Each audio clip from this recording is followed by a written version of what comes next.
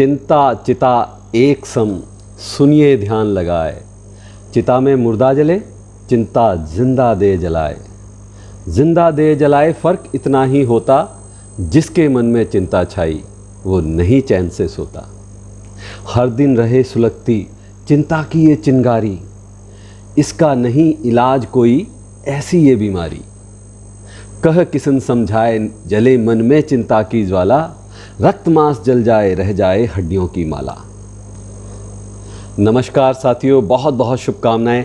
आज की बातचीत का रुख और ध्यान अपने इसी इमोशन की ओर यानी चिंता की ओर करते हैं। बहुतों को बर्बाद किया है इसने, दरअसल हमारे बहुत से नेगेटिव इमोशंस की जड़ ये चिंता ही है। डर, घबराहट, झुंझलाहट, तनाव, दुख, अवसाद, मायूसी और तमाम बीमारियां आदि इस एक इमोशन के साथ जैसे गिफ्ट पैक की तरह चलती हैं। आज करते हैं इसी पर चर्चा, जानेंगे कारण और निवारण। जी हाँ, निवारण भी। बिना हल या निवारण के हमारी इस बातचीत का फिर कोई मतलब ही नहीं रह जाता। क्या लाभ। वीडियो थोड़ी लंबी हो सकती है, पर कोई भी हिस्सा मिस न कीजिए। आपकी चिंताओं को आज पूरी तरह से ख़त्म करके छोड़ेंगे। चिंता मुक्त होने के सभी फार्मूले आपको यहाँ ज़रूर मिलेंगे। और साहब, चैनल पर कंटेंट आपको अगर पसंद आ रहा है तो लाइक बटन को दबा दीजिए। चैनल पर नए हैं तो सब्सक्राइब कर लीजिए, बेल आइकन को दबा दीजिए। मैं हूं आपके सुख दुख का साथी होओपोनोपोनो हीलर और लाइफ कोच सरस कमल, और ये है संभव होओपोनोपोनो हीलिंग चैनल। आपके जीवन में सुख, शांति, प्रेम, अच्छे स्वास्थ्य और समृद्धि का प्रयास। हमारी ओर से लोगों के जीवन में मूल्य संवर्धन की, वैल्यू एडिशन की छोटी सी कोशिश। ये जो चंद लाइनें मैंने शुरू में सुनाई थी, ये मेरे पिताजी की लिखी हुई रचनाओं में से ली हैं, जिसमें उन्होंने बताया कि चिंता के कितने बुरे साइड इफ़ेक्ट्स हो सकते हैं। चिंता को एक ऐसी बीमारी बताया है जिसका कोई इलाज नहीं, और जिसके मन में बैठ जाए वो एक स्लो पॉइजन का शिकार हो जाता है। खून मांस सूख जाता है और शरीर धीरे धीरे केवल हड्डियों की माला रह जाती है, मतलब सिर्फ हड्डियाँ रह जाती हैं। और दरअसल ऐसा होता भी है। मेरा इरादा आपको कोई डराने का नहीं है, पर इसके जाल से निकलना इतना सरल भी नहीं है। पर हाँ, निकल सकते हैं, 100% निकल सकते हैं। मैं आपको दो खबर सुनाता हूँ, एक अच्छी और एक बुरी। बुरी खबर ये है, शायद सुन के आपको अच्छा ना लगे, ये चिंता जैसा नकारात्मक भाव हमारा खुद का अपनाया हुआ है, हमने खुद पैदा किया है। ये बस हमारी एक आदत है। अब ये आदत अच्छी है या बुरी, ये आप डिसाइड कीजिए, आप तय कीजिए। और अब अच्छी बात, तो अच्छी बात ये है कि इसे आप अपने बाकी इमोशंस की तरह कंट्रोल कर सकते हैं, अपनी चिंताओं से मुक्ति पा सकते हैं। बस लगातार अभ्यास की ज़रूरत है।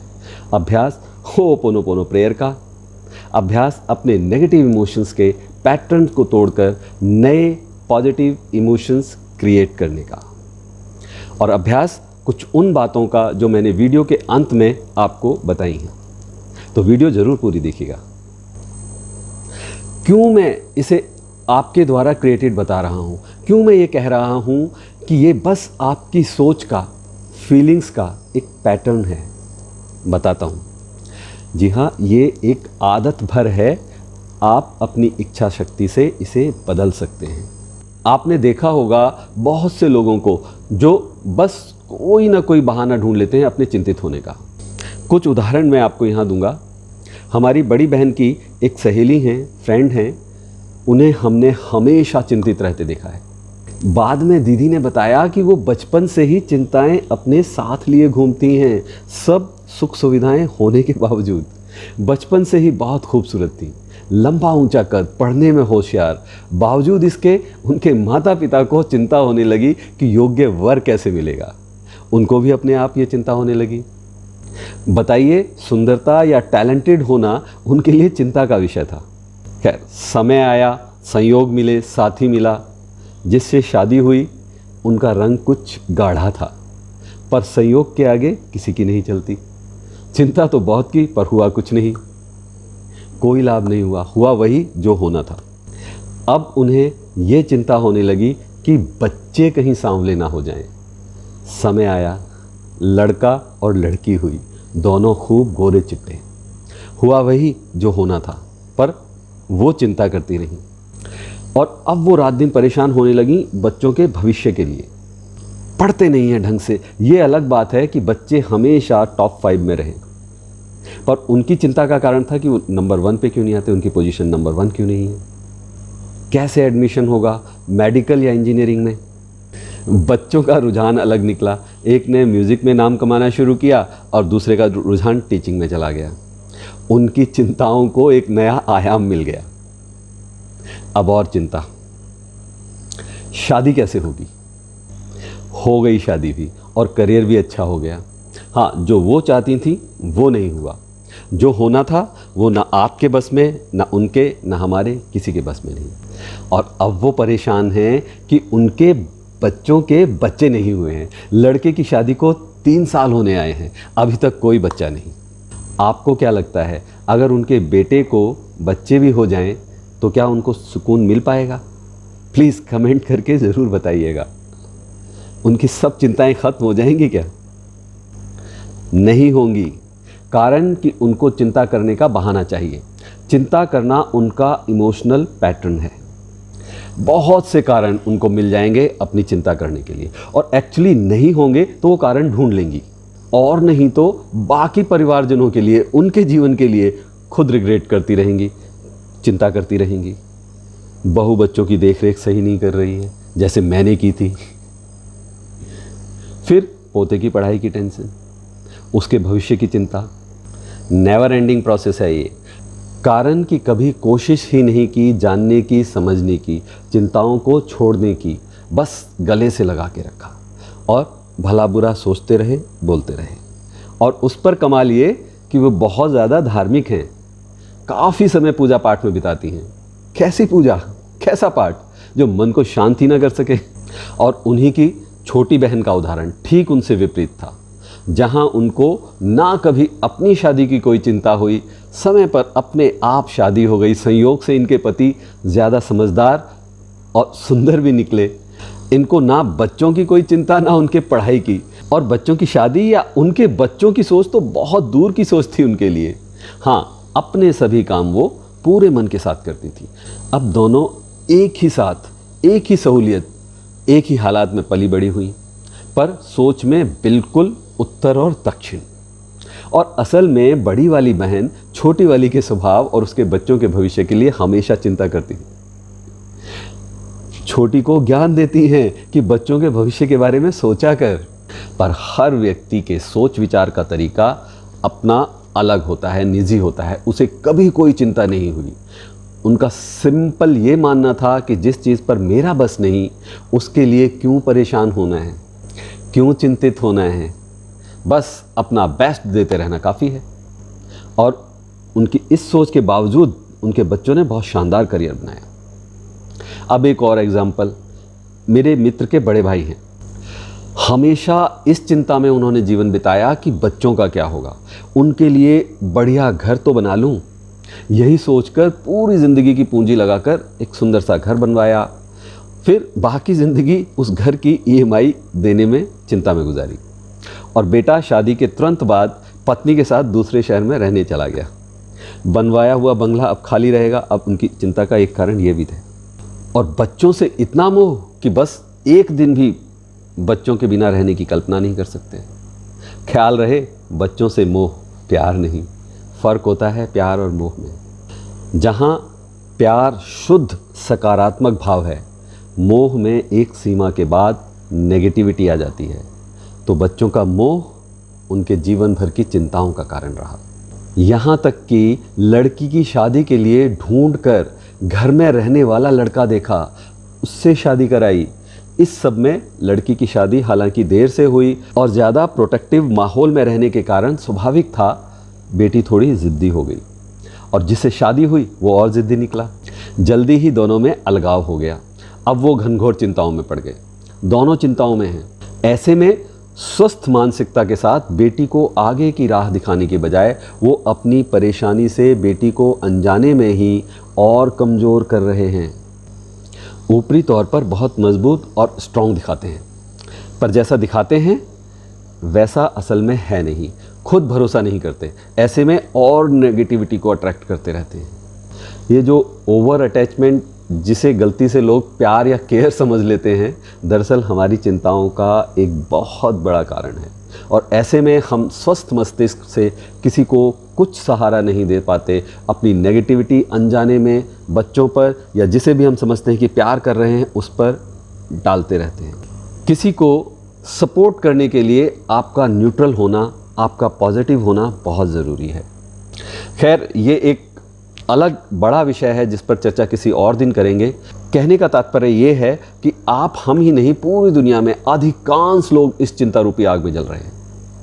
किसी न किसी बात की, किसी न किसी चीज़ की चिंता। किसी को धन कमाने की चिंता है, किसी को शादी ना हो पाने की चिंता है, किसी को ब्रेकअप की चिंता है, किसी को संतान ना होने की चिंता है, तो कोई संतान होने की वजह से चिंतित है, कोई बेटे के कारोबार में सेटल ना हो पाने के कारण चिंतित है, कोई जवान हो चुकी बेटी की शादी की चिंता में है। स्टूडेंट्स को अपनी चिंता है, कारोबारी को अपनी चिंता है, नौकरी पेशा अपनी चिंताओं के बोझ से दबा हुआ है। देहात गांव में किसानों में खेतीबाड़ी, बारिश की, फसल अच्छी ना होने की और तमाम तरीके की चिंताएं हैं। और यही नहीं, बड़े बड़े लोगों को और बड़ी बड़ी चिंताएं हैं, और बड़ा होने की चिंताएं हैं, बड़ा बने रहने की चिंताएं हैं। जो बीमार है वो चिंतित है, कैसे ठीक हो सकेंगे, कुछ और समस्याएं तो नहीं हो जाएंगी, कल क्या होगा, कुछ ना कुछ और तो नहीं हो जाएगा।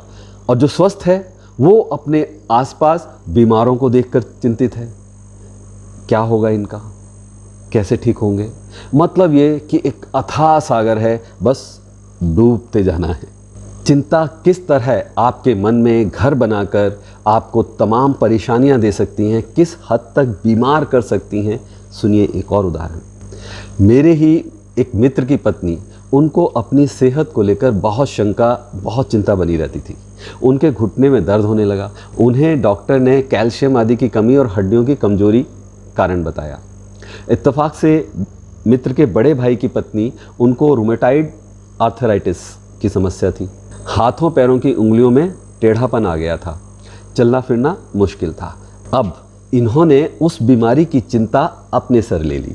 रात दिन डरना, रात दिन चिंता करना, कहीं ये मुझे ना लग जाए, कहीं मुझे ना हो जाए, मैं भी तो इस घर की बहू हूँ। सोचिए ज़रा, रक्त मांस का कोई संबंध नहीं, पर भविष्य के लिए बुरा सोचकर उन्होंने उस बीमारी को अट्रैक्ट कर ही लिया। हमारी सोच, हमारी चिंता ऐसे ही असर डालती है। पर अब सबसे महत्वपूर्ण बात, सवाल ये कि इन चिंताओं से आखिर कब और कैसे मुक्ति मिलेगी, क्यों होती हैं ये चिंताएं। बिना इस पर बात किए हमारी आज की बात अधूरी रह जाएगी। तो हम चिंता क्यों करते हैं? चिंता के पीछे एक भय, एक डर छुपा होता है। और एक और हमारा प्यारा सा इमोशन, डाउट, भी इस चिंता को पालने पोसने में बहुत बड़ा हाथ निभाता है। कोई अनहोनी बुरी बात ना हो जाए, यह डर अज्ञानता के कारण, हमारे डाउट्स के कारण होता है। और अगर मन को इस बात का पूरा भरोसा हो जाए कि यूनिवर्स में कुछ गलत नहीं हो सकता, सबके विचारों और व्यवहारों के अनुरूप ही उनको फल मिलता है, यानी सिंपली कर्म और फल के नियम को स्वीकारना होगा। जी हाँ, गीता के नियम को, गीता के कर्म के सिद्धांत को, अपने सभी इमोशंस, फीलिंग्स, विचार और फिर एक्शंस, इन सब की 100% रिस्पॉन्सिबिलिटी, जिम्मेदारी लेनी होगी। और कुछ और बातें जिनका ध्यान रखें तो चिंताओं से दूरी बना सकते हैं। Number 1, detachment. हमें एक हद तक ही किसी से अटैचमेंट रखना चाहिए। यहाँ बहुत स्पष्ट कर दूं कि अटैचमेंट बस प्यार को परिभाषित नहीं करता, परेशानियों का सबब भी होता है। और अक्सर यही हो जाता है, बिना बताए चुपके से हदें पार हो जाती हैं और अपेक्षाएं जन्म ले लेती हैं, और साथ आती है क्या? जी हाँ, चिंताएं। एक उदाहरण देने से अपने को रोक नहीं पा रहा हूँ, हालांकि वीडियो लंबी हो रही है, हो सकती है, पर ये जो इमोशन है वो भी तो बड़ा गहरा घाव देने वाला है। हाँ, तो मैं कह रहा था, आपने जुड़वां बच्चों के बारे में सुना होगा। ओके, कमेंट करके बताइएगा। वैसे मैं उन जुड़वां बच्चों की बात कर रहा हूँ जो जन्म के साथ एक साथ जुड़े हुए होते हैं, अटैच्ड। शरीर से शरीर जुड़ा हुआ होता है, उससे ज़्यादा कोई अटैच्ड होता है? क्या वो सुखद अनुभव है उन दोनों जीवों के लिए या किसी और के लिए? नहीं, किसी के लिए भी नहीं। और इसीलिए फिर उन्हें अलग करने की कोशिश की जाती है, अलग किया जाता है। डॉक्टर अलग करते हैं ऑपरेशंस के ज़रिए। जितना अधिक जुड़ाव उतना अधिक तनाव। अपने हाथ को अगर आँखों के इतना नज़दीक ले जाएंगे तो हाथ की रेखाएं या कुछ भी दिखाई नहीं देगा। थोड़ी दूरी ज़रूरी है। नंबर 2, चिंता और चिंतन में फ़र्क जानें। सुनने लिखने में बहुत मिलते जुलते शब्द हैं, लेकिन अर्थ में एकदम पूरब और पश्चिम। चिंता एक हाईली नेगेटिव इमोशन है और चिंतन उतना ही सकारात्मक। पर कमाल ये कि कब चिंतन चिंता में बदल जाए खबर भी न चले, और कभी कभी चिंता भी चिंतन में कन्वर्ट हो सकती है। हाँ, थोड़ा सा ट्यून करने की ज़रूरत है अपने इमोशंस को। ये ट्यूनिंग करें, जिम्मेदारी के भाव की ज़रूरत है। और साथ में नंबर 3, थोड़ा सा लापरवाह होना। जी हाँ, बहुत ज़रूरी है वो भी, वरना आप दुनिया भर के बोझ को उठाए अपने कंधों पर चलते रहेंगे और चिंता के सागर में डुबकियाँ लगाते रहेंगे। और नंबर 4, संतोष करना सीखना होगा। जी हाँ, जो भी आपने अपने जीवन में जाने अनजाने अट्रैक्ट किया है, जो भी आपको हासिल है, उस सब को आपको पूरे मन से स्वीकार करना चाहिए, पूरी संतुष्टि के साथ। संतोष आते ही चिंता और डर का भाव अपने आप तिरोहित होने लगता है। और नंबर 5, अपनी असीमित इच्छाओं को थामना। वैसे संतोष और इच्छाओं का आपसी विरोध है। कोई एक हो तो दूसरा अपने आप चला जाता है, दूर हो जाता है। हमारा चुनाव ही हमारे जीवन की दशा और दिशा को निर्धारित करता है। इच्छाएं होना गलत नहीं है, पर उनका बेलगाम होना हानिकारक है। और अब नंबर 6, खाली दिमाग। जी हाँ, और जैसा कि पुरानी कहावत भी है, लगभग सभी ने सुनी होगी, खाली दिमाग शैतान का घर होता है। चिंता का शैतानी राज भी खाली व्यक्ति के दिमाग में, खाली व्यक्ति पर ही राज करता है। अपने को रचनात्मक कार्यों में व्यस्त रखें। आपकी रचनात्मकता आपकी चिंताएं कम करके आपका कॉन्फिडेंस बढ़ाती है। नंबर 7, अच्छी किताबों से दोस्ती। आपका जैसा इनपुट होगा वैसा ही आउटपुट होगा। ये नियम हर जगह काम करता है। अच्छा साहित्य पढ़ना हमेशा आपको ज़्यादा जिम्मेदार, ज़्यादा समझदार बनाता है। नंबर 8, हैप्पी और एनर्जी भरा म्यूज़िक सुनना। ये आपको आपकी चिंताओं, घबराहट, इस सब को दूर करने का बहुत ही इफ़ेक्टिव, सबसे सरल और अच्छा साधन है। अगला नंबर है नंबर 9, आउटडोर गेम्स। हालांकि आजकल के मोबाइल और वेब सीरीज़ के ज़माने में ये सब बस जैसे एक छूट सा गया है। जब भी समय मिले, समय निकाल कर बचपन के कुछ आउटडोर गेम्स ज़रूर खेलें। आपको अपनी चिंताओं से तुरंत मुक्ति मिलेगी, इसमें इतनी पावर होती है। नंबर 10, हमेशा प्रसन्न रहने का अभ्यास करें, और शुरुआत आईने के सामने जाकर करें। जब भी समय मिले, कुछ भी करके, अपने आप को जोक सुनाकर, अलग अलग मुख मुद्राएं बनाकर, खुद से बात करके बस अपने को प्रसन्न रखने की कोशिश करें। और अंत में योग और प्राणायाम। योग और प्राणायाम आदि का नियमित अभ्यास आपके मन की शांति के लिए बहुत ज़रूरी है। विचार करें, क्या आपकी चिंताएं स्वयं आमंत्रित, खुद की बनाई हुई हैं या एक वास्तविकता है? उदाहरण के लिए, जब आप इस बारे में चिंता करेंगे कि लोग क्या सोचेंगे, लोग क्या कहेंगे, आप उनकी अपेक्षाओं के अनुकूल होने की कोशिश करें, तो ये आपकी खुद की बनाई हुई चिंता है। समस्या के बारे में सोच सोचकर परेशान ना हो, इसके बजाय समाधान खोजने पर ध्यान लगाएं। यदि आप समाधान नहीं ढूंढ पा रहे हैं तो अपने किसी हितैषी से, तजुर्बेकार से सलाह लें। अगर हालात आपके नियंत्रण से बाहर हैं और आप समाधान नहीं कर सकते हैं तो क्यों चिंता करें? सकारात्मक बने रहें, प्रयास करें, जितना आप कर सकते हैं अधिकतम। बस वीडियो कैसी लगी हो ज़रूर बताइएगा, कमेंट कीजिएगा, लाइक कीजिएगा। वीडियो अगर यूज़फुल लगी हो तो कम से कम अपने 3 प्रियजनों के साथ शेयर ज़रूर कीजिएगा। उन्हें शेयर कीजिएगा जिन्हें आप चिंता मुक्त देखना चाहते हैं। और आपको मेरे साथ लॉ ऑफ अट्रैक्शन के अलग अलग कोर्सेज़ करने हैं तो आप डिस्क्रिप्शन में दिए गए लिंक के ज़रिए हमारा व्हाट्सएप ग्रुप ज्वाइन कर लीजिए। आपको हमारे कोर्सेज़ की जानकारी वहाँ पर मिल जाएगी। बहुत जल्द फिर मिलेंगे एक और थॉटफुल यूज़फुल वीडियो के साथ। तब तक कीप प्रैक्टिसिंग, अभ्यास करते रहें, चिंता मुक्त रहें, प्रसन्न रहें, भय मुक्त रहें, अच्छा सोचें, अच्छा बोलें, अच्छा करते रहें। नमस्कार।